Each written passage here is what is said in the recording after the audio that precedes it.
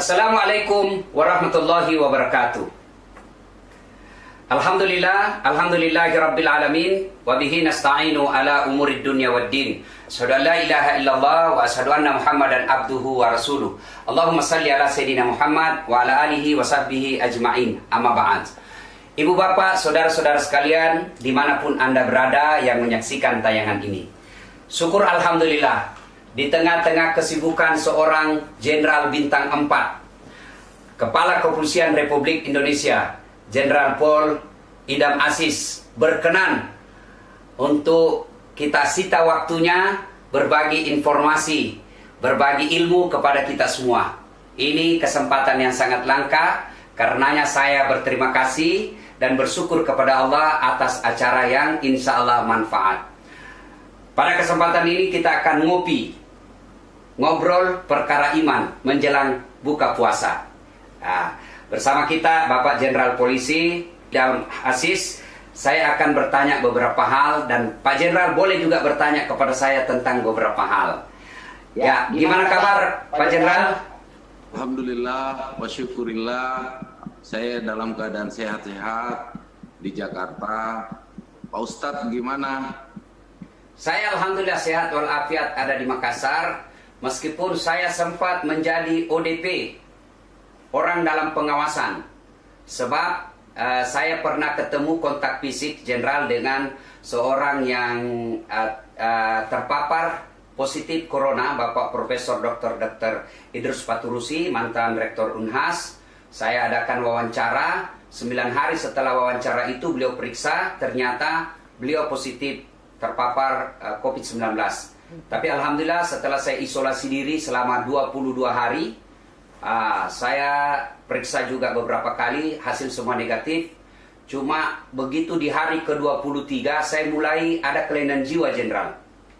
Sebab anak istri saya kan di kampung, saya sendiri di rumah Jenderal. Isolasi mandiri, semua saya urus sendiri. Di hari 23 saya mulai kelainan jiwa. Sebab saya duduk-duduk di kursi sofa ruang tamu, itu bantal yang ada di kursi sofa, saya kira istri saya. Saya bilang, bahaya ini, saya sudah mulai kelainan jiwa ini. Ya, alhamdulillah. Sehat walafiat, alhamdulillah. Ya, kita ini profesi sama Jenderal. Nabi jelaskan kalau kau melihat kebatilan maka cegahlah dengan tanganmu. Ini Jenderal yang punya tangan ini. Apa ini tangan? Kekuasaan. Ini tangan sebagai Kapolri. Kemudian kalau tidak punya kekuasaan kata Nabi, pabilisani, dengan lisanmu. Ini tugasnya Ustaz. Ya, menyampaikan. Maka kita sama-sama beramar ma'ruf nahi mungkar. Satu melalui dengan jabatan, satu melalui mimbar. Insya Allah semua menjadi amal kebaikan di sisi Allah. Amin. Nah, selama bulan suci Ramadan ini Jenderal tentu beda dengan tahun-tahun yang lalu. Selama Jenderal menjadi manusia, menjadi beragam, menjadi Islam, tentu baru tahun ini mengalami puasa di rumah saja dan tarawih tidak boleh ke masjid. Nah, bagaimana kehidupan selama Ramadan ini? Bagaimana aktivitasnya Jenderal? Ya, alhamdulillah. Selama bulan Ramadan ini saya kira sudah memasuki hari ke 21 sekarang, kalau saya tidak salah ya. Iya, betul 21. Iya. Saya dalam keadaan sehat, aktivitas sehari-hari juga mengikuti setiap hari ratas dengan Bapak Presiden melalui Vikon, rakor, maupun kegiatan-kegiatan video conference melalui bersama para menteri, para menko, kemudian juga kegiatan di internal Polri kita lakukan melalui Vikon kepada seluruh para Kapolda maupun rekan-rekan PJU. PJU itu maksudnya pejabat utama. Ada juga yang secara langsung kita berikan arahan, saya berikan arahan, tapi tentu mengikuti protokol WHO, protokol kesehatan, serta aturan-aturan yang sudah dikeluarkan oleh pemerintah melalui Menteri Kesehatan. Alhamdulillah sampai hari ke-20 ini seluruh aktivitas di institusi Polri berjalan dengan baik, karena memang kita sadar bahwa negara dalam situasi pandemi corona ini membutuhkan institusi Polri untuk memberikan pengabdiannya yang terbaik, sehingga negara kita ini sesegera mungkin bisa keluar dari masalah pandemi corona ini. Itulah kegiatan saya sehari-hari sampai di hari ke-20 ini, Pak Ustadz. Termasuk sekarang saya bicara sama Ustadz kebanggaan. Kebanggaan saya secara pribadi, kebanggaan seluruh masyarakat di Sulawesi. Saya juga bangga ini bisa bicara sama Ustadz dengan pengikutnya yang kurang lebih 80 juta. Jadi saya ini ya, jadi Jenderal, kita kasih saya ini 3G, 3G. Apa itu? Gola-gola gatta.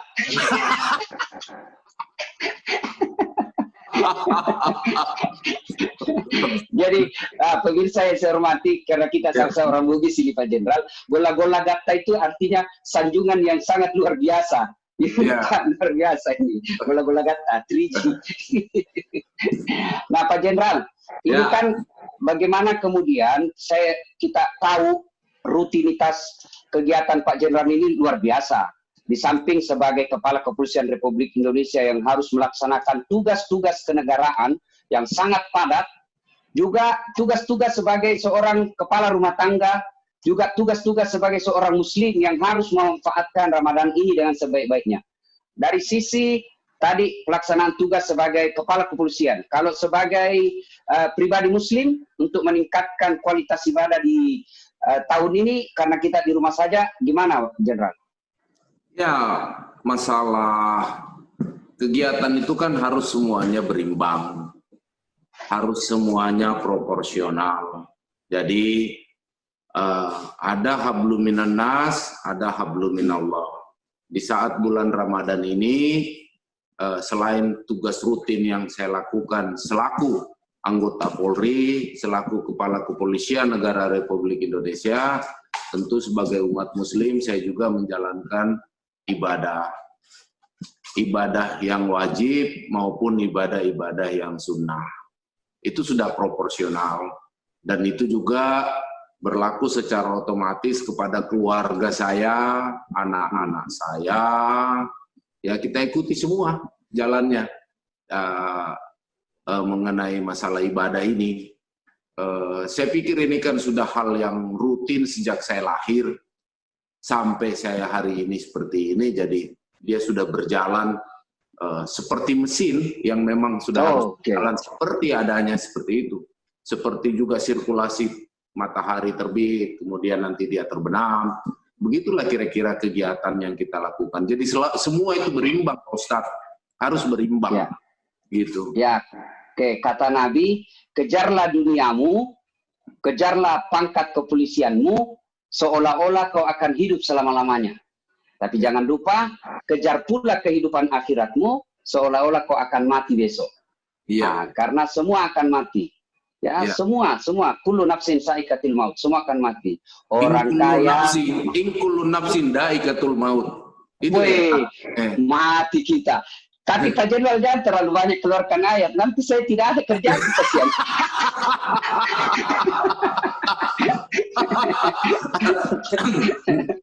Jadi ya luar biasa ini karena Pak Jenderal kita ini pernah mondok, pernah juga pesantren. Ya, saya juga pernah pesantren, tapi pesantren kilat. Ya, alhamdulillah. Kemudian Pak Jenderal berkenan, saya beberapa hal yang ingin saya kemukakan kepada teman-teman yang menyaksikan ini. Pak Jenderal ini kemana-mana ketemu dengan anggota kepolisian ketika beliau berpidato, ada 3 entry point yang beliau selalu sampaikan. Yang pertama, polisi gaya hidup sederhana. Ya, saya ingat sekali kalimat beliau waktu pergi kunjungan kerja di Sulawesi Barat. Beliau katakan begini, kamu semua baru saja Kapolres, kalau kau bandara kau kuasai semua itu ruang VIP, istrimu pengawalnya satu mobil, kamu satu mobil juga. Ini tidak bagus bagi seorang polisi. Ini luar biasa. Ya, teladan seperti ini mesti selalu dihidupkan di tengah-tengah polisi. Gaya hidup sederhana. Dan demi Allah, tidak ada orang tidak senang orang yang tinggi pangkatnya tapi gaya hidupnya sederhana. Malah meskipun dia sudah pensiun, orang akan menjadikan teladan buat dia. Lihat kau tahu itu Pak Jenderal Aziz, dia Kepala Kepolisian Republik Indonesia, bintang 4, satu-satunya polisi yang bintang 4 di Indonesia, tapi gaya hidup sederhana. Itu akan dikenang. Tapi kalau baru jadi Kapolsek, seolah-olah kita yang punya di kampung, didoakan kita cepat pindah dan non-job. Nah, ini yang pertama. Ya, pertama, beliau selalu sampaikan, ayo anggotaku para polisi gaya hidup sederhana. Yang kedua, yaitu cintai keluarga. Nah, ini karena banyak juga ini polisi yang kadangkala tidak cinta sama keluarganya. Malah sehingga ini yang terutama yang selalu pakaian preman. Ya, di lapangan mengaku bujang, ternyata sudah ada anaknya. Jadi cintai keluarga, ya, cintai keluarga. Maka ini karena kita bisa sukses. Nah, ini kalau ditonton oleh para polisi, percayalah bahwa Pak Jenderal Idam Aziz bisa menjadi Kapolri itu tidak bisa terlepas dari dukungan istri. Makoro Pak Jenderal? Iya, betul. Ya, ya, karena kalau istri di rumah mengamuk, saya saja Ustadz tidak bisa ceramah baik kalau istriku mengamuk. Coba, mau pergi ceramah, langsung dia bilang, nah sembunyi itu konsep, mati kita. Begitu kita sudah berdiri, kita kira ini konsep ada di kantong, kita ceramah, Allah Subhanahu wa Ta'ala berfirman, cari mati nih, gagal konsepnya. Allah Subhanahu wa Ta'ala berfirman, ternyata konsep disembunyi sama istri. Jadi istri ikut berpengaruh, ya. Dan selalu saya berkelakar bahwa polisi itu biasanya umumnya takut sama istrinya. Tidak ada polisi yang tidak takut sama istrinya. Dan sudah bilang temanku yang polisi, sebenarnya kita ini polisi Ustaz tidak takut sama istri. Cuma ini istri selalu melapor sama istrinya komandan. Baru komandan juga takut sama istrinya. Kembali ke pasal 1. Kemudian yang ketiga, yang beliau selalu sampaikan, dan bukan cuma disampaikan, tapi beliau contohkan. Kemudian yang ketiga adalah, bersyukurlah bekerja sebagai polisi Republik Indonesia. Coba lihat Pak, tidak ada orang jago di depannya seorang penyidik. Meskipun dia mungkin cuma tamatan SMA. Berhadapan dengan polisi, ketika kita sudah disidik atau diperiksa, biar profesor. Maka bersyukurlah menjadi polisi, karena tidak semua orang diberikan pekerjaan yang dihormati seperti seorang polisi. Tapi ingat, seorang polisi juga itu kadang perlu kesabaran yang sangat tinggi. Ya, Jenderal. Bagaimana, Jenderal? Ya. Ya. Kesabaran seorang polisi. Ya. Yang pertama, memang keteladanan itu harus mulai dari atas. Jadi, saya tidak mungkin berkoar-koar supaya hidup sederhana, kemudian semua anggota memalingkan diri kepada saya, lalu saya menjadi seorang kelihatan hedonisme, glamour, itu omong kosong. Satu. Yang kedua, untuk menegakkan disiplin itu tidak bisa dengan bujuk rayu, harus dengan norma. Kenapa hakikinya saya secara pribadi menghimbau supaya semua anggota saya hidup sederhana.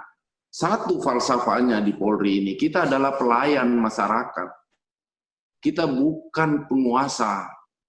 Oke. Ada di dalam asas Tribrata maupun Catur Prasetya, kita ini sebagai pelayan, pelindung, dan pengayom masyarakat. Itu baru dari sisi etika di dalam kita bernegara. Kemudian, kalau kita juga hidup mewah, bukan berarti tidak boleh hidup mewah. Bukan berarti kita tidak boleh punya barang, tidak boleh punya rumah besar, mobil, apa semua. Tapi kita ini sebagai pelayan masyarakat, itu dulu yang harus yang menjadi dasar cara berpikirnya. Dan itu saya selama jadi Kapolri, sejak 1 November 2019, saya gelorakan terus. Saya harus memulai dari diri saya. Saya ajak para pejabat utama, para Kapolda, para komandan semua. Kalau para komandannya sudah bisa melakukan itu, memberikan contoh keteladanan yang baik, insya Allah anggota di bawah itu yang jumlahnya polisi ini 470.000 orang akan ikut. Betul.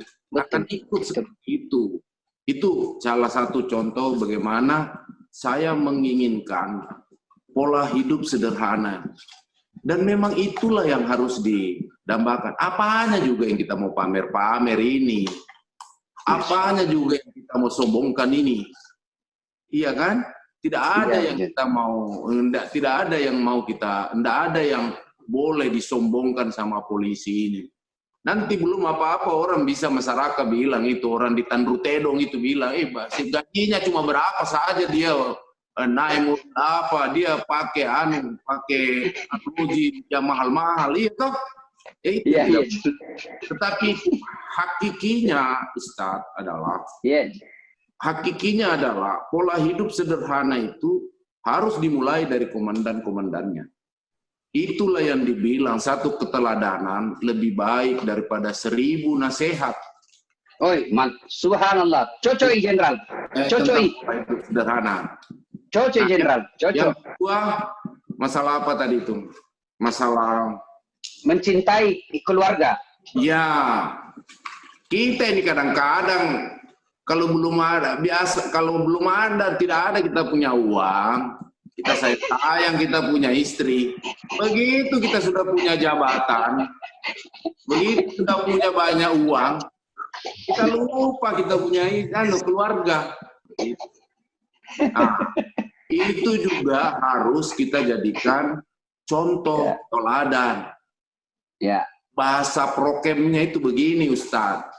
Kalau kita pulang ke rumah, meskipun kita ini bau minyak angin, itu istri kita akan terima. Walaupun kita pulang pakai parfum Bulgari, istri kita juga terima. Iya toh? Iya, betul. Kita masuk angin juga dia terima kita. Tapi kalau kita yang pergi di tempat yang lain hanya minyak angin yang parfumnya harum saja dia mau terima kita. Tidak mau dia kalau minyak gosok. Iya, tidak mau kalau minyak gosok atau minyak kayu putih. Tidak mau dia. Apalagi kalau dompetmu tipis. Hai, lagu kok saling kan? Itu kalau ada polisi begitu, polisi lale itu. Beleng-beleng. Iya, beleng-beleng. Itu. Jadi, hakikinya itu, Ustaz. Hakikinya itu adalah, ingat, di balik kesuksesanmu sebagai anggota Polri, itu ada keluargamu yang setiap saat mendoakanmu dan menerimamu dengan apa adanya. Kau dalam keadaan sehat, kau dalam keadaan sakit, dalam keadaan galau apapun, dia akan menerima kamu seutuhnya. Itu sebenarnya hakikinya kenapa saya selalu mengumandangkan bahwa bersyukurlah, jangan kau pernah lupa terhadap keluargamu. Apa yang kamu dapat hari ini, jabatan, harta, pangkat, itu kan hanya titipan Allah. Wa subhanallahi biyadihi malakutu kulli shay'in fa ilaihi turja'un. Yasin ayat 83. Toh? Mati saya ini. Diambil semuanya jawab. Bukan. Saya mau memberi gambaran bahwa kalau Tuhan sudah mau, dia bicara di Yasin ayat 82. Bangga saya, Jenderal. Bangga kalau saya. Dia sudah juga mau mengambil jabatan kita, dia sudah dia tuangkan di ayat Yasin 83. Iya toh? Iya. Iya, Jenderal. Tidak boleh terlena dengan itu. Itu masalah yang keluarga. Terus kemudian yang terakhir tadi apa kita mau tanya? Ya, tentang bersyukur sebagai seorang polisi. Kesabarannya harus ditingkatkan. Sebagai pelayan masyarakat, dia harus selalu menampilkan sisi yang humanis. Dia tidak boleh menjadi monster. Karena yang kita hadapi adalah masyarakat kita sendiri, saudara kita sendiri, keluarga kita sendiri. Dan kewajiban kita sebagai Polri, kewajiban kita ini memberikan pelayanan, perlindungan, dan pengayoman. Itu satu, itu. Kemudian bagaimana apa yang telah kita dapatkan ini kita syukuri. Fabi'ai ala'i rabbikuma tukadziban. Ya kan? Iya. Itu. Jadi sebenarnya polisi itu kalau sudah melakukan ini, dia masuk surga semua. Masuk surga dia semua. Yakin saya. Iya, masuk surga dia semua. Seperti itu. Semoga ini nanti banyak polisi yang dengar saya punya omongan ini, supaya mereka paham betul bagaimana yang namanya hidup sederhana, bagaimana mencintai keluarga, bagaimana bisa mensyukuri bahwa apa yang dia sudah dapat. Ada satu pomeo ini Ustaz, makanya kadang yang kita bilang tadi, gantungkan cita-citamu setinggi langit, tetapi kamu rendahkan dirimu serendah-rendahnya di bumi. Makanya ada kadang-kadang jangan kita itu menengok terlalu tinggi. Itu tetapi kita datar-datar saja supaya kita tahu bahwa kita sekarang ini sudah jadi anggota Polri. Alhamdulillah pemerintah memberikan kita pangkat jabatan untuk memberikan pengabdian terbaik kepada masyarakat. Ya kan? Harus kita bercermin juga bahwa masih banyak masyarakat kita di seluruh Indonesia ini hidup dalam keadaan kekurangan. Itulah tadi yang namanya sikap empati. Kalau kita sudah pandai bersyukur, maka sikap empati itu selalu akan muncul. Nah, kita berharap seluruh anggota Polri di Indonesia ini punya empati yang lebih untuk memberikan pelayanan kepada masyarakat. Itu Pak Ustadz. Ya, subhanallah, saya ingin menggarisbawahi Pak. Ini tentang keteladanan. Rasulullah itu berhasil, bayangkan, yang tadinya ada 4 Tuhan di Mekah, kemudian Nabi datang mengatakan, Qul huwallahu ahad, 1 Tuhan. Yang tadinya perempuan dihina, dianggap sebagai aib dalam keluarga, tiba Nabi mengangkat derajat wanita ketika mengatakan wanita adalah tiang negara. Kemudian pada saat itu khamar dia jadikan sebuah tradisi, bukan cuma diminum, bahkan dimandi pada saat itu. Tapi datang Rasulullah mengatakan bahwa khamar itu haram. Dan sampai detik ini di Mekah tidak ada menyembah berhala, tidak ada lagi khamar, wanita dimuliakan. Kenapa Nabi sukses membalik pada saat itu? Pada waktu itu Nabi tidak punya tim sukses. Pada waktu itu Nabi tidak punya donatur, tidak ada yang bisa memberikan dana untuk pergerakannya, tapi berhasil. Sebab kenapa? Karena seperti yang Jenderal katakan tadi, Nabi memberikan keteladanan. Ia satu kata, satu dengan perbuatan. Ya. Taroada, tarogau. Taroada, tarogau. Betul sekali. Nah, ini biasa begini, biasa polisi ngomong sama saya ini Jenderal. Tabe, gas-gas full sedikit ini Jenderal. Ya. Biasa anggota polisi ngomong begini kodong. Nah bilang kita ini kodong polisi anak buah Ustaz. Mau pergi istrinya komandan. Nah bilang sini dulu siap komandan. Itu ibu besok mau pergi Singapura. Bukan sebuah informasi bahwa pergi Singapura saja. Tapi ada di dalamnya belikan tiket, dibelikan PP, bukan cuma istrinya komandan, tapi juga temannya istrinya komandan. Bukan cuma itu, tentu ada juga pembeli oleh-olehnya. Nah, kita kasih yang anak buah, tidak bisa kita bilang tidak. Karena kalau tidak, dimutasi ki. Menjawab. Ini kadang-kadang kalau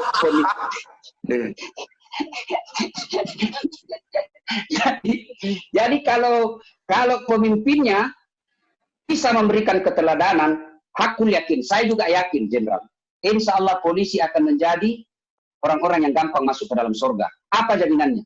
Ada 7 golongan orang yang dilindungi di padang mahsyar, kata Nabi. Dilindungi di padang mahsyar. 7 orang. Satu di antaranya, kata Nabi, imamun adil. Kapolri yang adil. Kapolres yang adil. Pemimpin yang adil akan diberikan kemudahan untuk masuk ke dalam surga. Coba, selalu saya kasih contoh di depan Kapolres.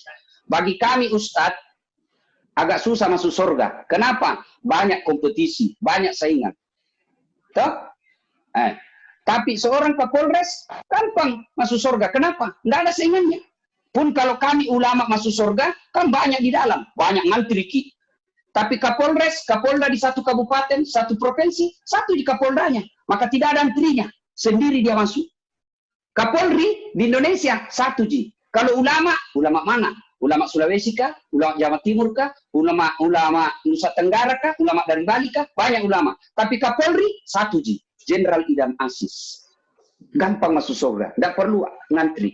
Tapi ketika salah juga, gampang didapat. Mana Kapolri? Oh sana tidak. Cepat didapat. Maka seperti yang Jenderal katakan tadi, keliru apabila jabatan tidak memudahkan kita untuk berbuat kebaikan. Insya Allah. Ya. Coba contoh paling gampang. Contoh paling gampang, Jenderal. Itu namanya fastabikul khairat. Jadi kita berlomba-lomba menuju kebaikan. Tapi saya ingin mengatakan seperti ini, Ustaz. Iya, Jenderal. Bahwa kebiasaan apa yang kita bilang tadi itu tentang keluhan anggota Polri atau apa, semua itu mulai dari atas, dari komandannya.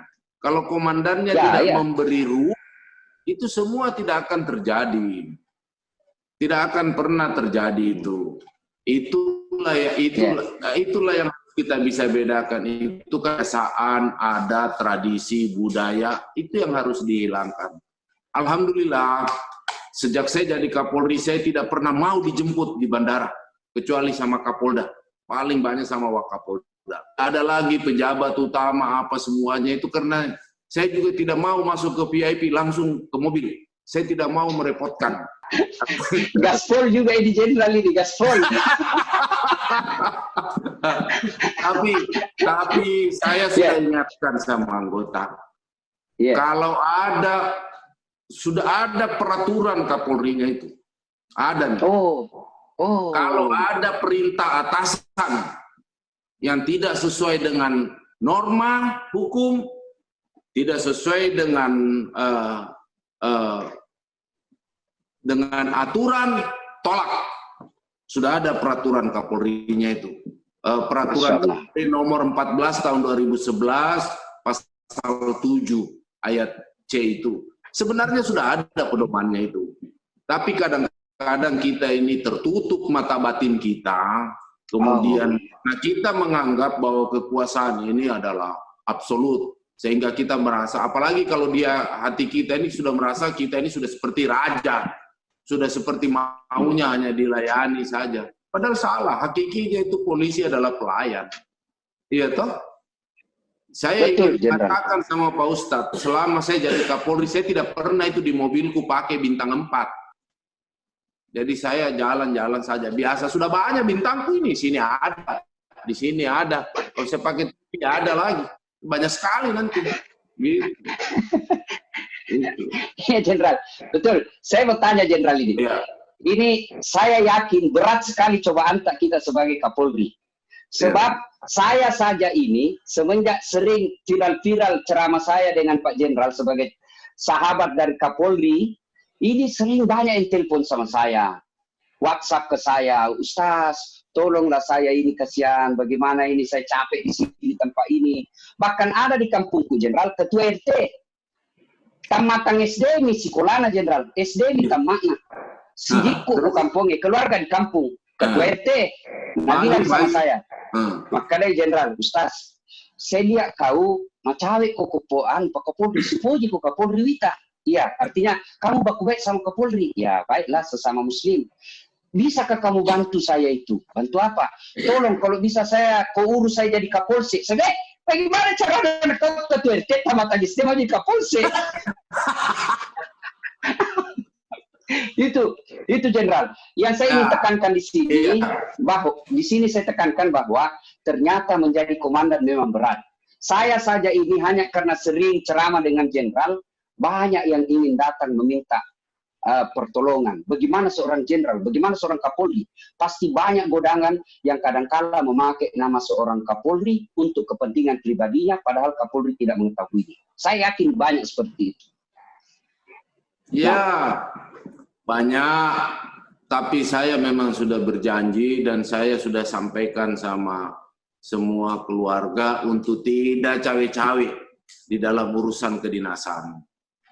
Kalau ada orang yang minta tolong, itu diterima saja. Tapi semuanya itu harus proporsional, gitu. Harus proporsional. Dan saya termasuk aliran yang tidak suka. Kalau orang itu minta tolong kiri, kanan, apa semua, tidak. Karena saya punya mekanisme di Mabes Polri untuk melihat siapa polisi yang bekerja baik, siapa yang bekerja tidak baik. Di mekanismenya di Polri. Betul. Saya lihat itu, Jenderal, itu bukan cerita, fakta.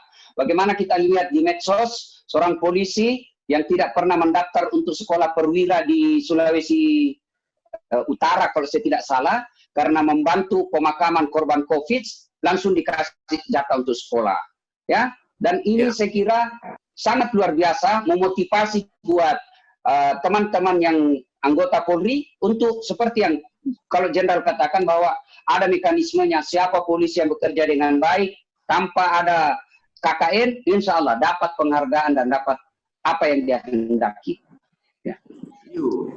Jadi itu tadi yang saya bilang, kadang-kadang kita harus bisa membedakan mana budaya, mana tradisi, mana adat, mana kebiasaan. Nah, kalau di Polri ini kan mekanismenya sudah ada. Makanya kenapa saya juga punya kebijakan tidak boleh ada anggota yang menghadap sama saya di kediaman Patimura ini. Karena saya tahu itu anggota Polri itu mulai dari jenderal sampai yang di bawah, itu kalau menghadap cuma 3. Pertama, minta jabatan. Kedua, mempertahankan jabatan. Ketiga, minta sekolah. Tidak lebih itu. Hanya dibungkus dia pura-puranya di silaturahmi. Terus nanti bawa tenteng, ya toh, bawa ikan bakar, itu tidak baik. Tidak baik. Gaspol juga ikan Polri. Jadi maksud saya mau ngomong bahwa mekanismenya di Polri ini sudah ada, seluruhnya bekerja saja dengan baik, ya toh, bekerja saja dengan baik. Tidak akan pernah tertukar yang namanya rezeki, nasib oleh Gusti Allah itu. Tidak pernah tertukar. Saya ini hanya perantara jalannya saja. Jadi saya sudah lakukan, kalau ada anggota itu baik, ya saya akan reward dia. Dia pantas untuk naik pangkat luar biasa, saya kasih naik pangkat. Dia pantas untuk sekolah, dia sekolah. Ya, luar biasa. Pemirsa yang saya hormati, terutama rekan-rekan teman-teman sahabat polisi, poinnya, coba lihat, Pak Jenderal Idam Aziz, dengan prinsip hidup yang dipegang beliau, bisa jadi jenderal, bisa jadi Kapolri. Pelajaran buat kita anggota polisi, pegang terus prinsip hidup, pegang terus aturan main seorang polisi, insya Allah Bapak punya hak untuk jadi Kapolres, Bapak punya hak untuk jadi Kapolda, bahkan bisa jadi jenderal, bahkan bisa jadi Kapolri. Memang ada jalannya. Ada jalannya. Seorang polisi jadi Kapolres, ada jalannya. Seorang polisi untuk jadi Kapolsek, ada jalannya. Jadi tidak usah cari muka. Semua ada jalannya. Yang tidak ada jalannya, saya jadi Kapolres. Tidak bisa Ustaz jadi Kapolres. Maka seorang polisi, pegang baik-baik apa yang beliau sampaikan tadi, kerja saja dengan baik, rezeki tidak akan terambil. Jangankan diambil orang, tertukar saja tidak. Tentu dalam perjalanan itu ada riak-riak dan ombak-ombak. Ada dalam bahasa agama, cobaan. Ibu bapak, saudara-saudara sekalian, Pak Jenderal, saya tahu sekali Jenderal ini sering menyanyi. Mungkin di tengah-tengah wabah seperti ini, berkait dengan himbauan untuk tidak mudik, supaya orang tidak mudik, perlu juga sebelum kita mendengarkan, berkenan Pak Jenderal mendengarkan, melantunkan lagu favoritnya, kita mau dengar hiburan buat polisi yang kerja, kasihan. Karena polisi juga ini memang susah hidupnya ya. Kadangkala dibenci oleh masyarakat, tapi dirindukan. Coba lihat, saya selalu bilang Jenderal, jangan kau musuh itu polisi. Kalau rumah dirampok, anak diperkosa, suami dibunuh, siapa kita cari? Bukan itu pengustas, bukan. Siapa dicari? Rumah diserobot tanahnya, siapa kita cari? Polisi. Mobil dirampok, siapa kita cari? Polisi. Maka kalaupun ada polisi yang tidak bagus, tidak seperti harapan kita, jangan dimusuhi institusinya, tapi didoakan mudah-mudahan kembali ke jalan yang lurus. Nah, himbauan Kapolri untuk tahun ini kita tidak mudik. Kenapa tidak mudik? Mudik itu ibadah, ya. Apalagi kalau orang tua kita di kampung. Silaturahmi itu ibadah, kebaikan, birrul walidain. Tapi untuk tahun ini kita tidak mudik. Sebab apa? Menghindari penularan wabah. Niat kita baik, tapi kalau cara salah, bisa jadi menjadi petaka buat kita. Karenanya mohon keikhlasan untuk mudik tahun ini, biaya mudiknya kita transfer saja. Kirimkan orang tua. Atau video call. Bisa. Sekarang lebih modern lagi. Video call terbatas bisa dengan acara Zoom, telekonferensi, bisa. Insya Allah tahun ini dengan tidak mudik menjadi lebih mulia daripada mudik. Karena kalau mudik bisa jadi kita membawa wabah ke kampung kita. Nah, Pak Jenderal seperti yang saya katakan tadi, berkenankah Pak Jenderal menyantunkan lagu-lagu Bugis, lagu andalannya, karena banyak sekali lagu andalan Pak Jenderal. Bisa barangkali 1-2 bait kita dengar lagu. Ya. Ustaz, begini. Sebelum saya mengakhiri ini, izinkan saya selaku Kepala Kepolisian Negara Indonesia untuk memberikan beberapa himbauan. Yang pertama, sebagai Kapolri, saya telah mengeluarkan maklumat Kepala Kepolisian Negara Republik Indonesia untuk melakukan dan tidak melakukan hal-hal yang berhubungan dengan wabah COVID-19 ini. Ya, di dalam maklumat saya sudah jelas. Yang kedua, sebagai umat Islam, kita ini kan harus mengikuti apa yang menjadi anjuran baik itu ulama maupun umaro. Umaro dalam hal ini adalah pemerintah. Nah, sekarang ini negara kita sedang dilanda COVID-19. Virus corona yang sudah di seluruh provinsi, seluruh Republik Indonesia ini. Sehingga saya mengajak seluruh saudara-saudaraku yang menjadi pemirsa di YouTube-nya Pak Ustadz Dasat ini, agar marilah kita mentaati semua apa yang sudah dihimbau oleh pemerintah untuk kita tidak lakukan, termasuk himbauan mudik tadi. Salah satu amalan yang kita juga akan dapatkan ketika kita mengikuti apa yang menjadi anjuran ulama maupun umaro. Saya juga berpesan, tetaplah pada standar tentang masalah supaya kita terhindar dari COVID. 1, hidup sehat. 2, budaya cuci tangan. 3, budaya pakai masker. Dan yang keempat, tentang physical distancing. Kalau orang kampung kita itu, kok jaga jarakmu itu physical distancing namanya itu. Ya toh? Nah, tolong ini kata-kata saya disampaikan betul. Insya Allah, kalau kita seluruh masyarakat Indonesia 270 juta jiwa ini, 270 jiwa ini mengikuti anjuran pemerintah dengan minimal 4 tadi, program hidup sehat, cuci tangan, pakai masker, terus physical distancing, insya Allah negara kita ini cepat akan keluar dari bencana COVID ini. Ingat, bukan negara kita saja yang mengalami. Sampai hari ini sudah 212 negara di seluruh dunia ini mengalami pandemi corona. Sehingga kita harus, dalam situasi begini, kita harus bergotong royong.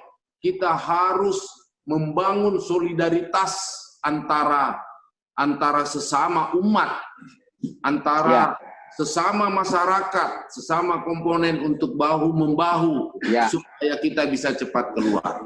Itulah kira-kira himbauan saya sebagai pimpinan Polri, sebagai temannya Pak Ustadz, semoga suatu saat ini masyarakat bisa dengar bahwa saya juga adalah bagian dari pelayan, pelindung, dan pengayom masyarakat yang wajib saya sampaikan pesan-pesan yang akan datang dari pemerintah. Itu seperti ya, itu. Betul sekali. Betul sekali bahwa badai pasti berlalu. Musibah ini pasti berakhir. Seperti Allah berfirman, la yukallifullahu nafsan illa wus'aha. Tidaklah sebebankan sebuah beban kepada hambaku kecuali pasti dipikul, mampu dipikulnya. Berarti masalah ini pasti akan lewat. Ya. Cuma kapan lewatnya, kapan berakhirnya tergantung kedisiplinan kita. Dan kedisiplinan itu sangat erat dengan kesabaran. Ramadan ini melatih orang untuk menjadi insan yang sabar. Kalau Ramadan ini nilai-nilai kesabaran mampu kita amalkan, sabar untuk di rumah saja, disiplin untuk seperti yang dihimbaukan tadi, hidup sehat, jaga jarak, pakai masker, cuci tangan, insya Allah badai ini cepat berlalu.